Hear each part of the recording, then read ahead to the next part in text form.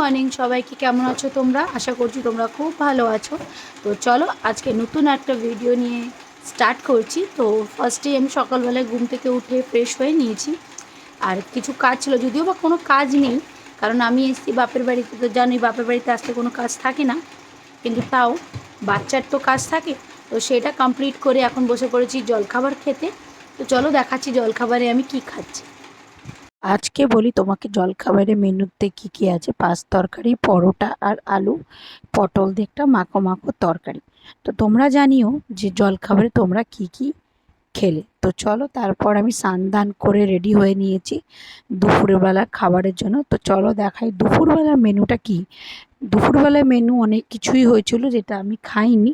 আমি জাস্ট পটল ভাজা, ভাত আর মাংস নিয়েছি। দেখো, মাংস হলে তো আর কিছু লাগে না, তাই সিম্পলি মাংস ভাতই খাওয়া ভালো, তাও আবার জমিয়ে। তো জমিয়ে মাংস ভাত খেয়েছি।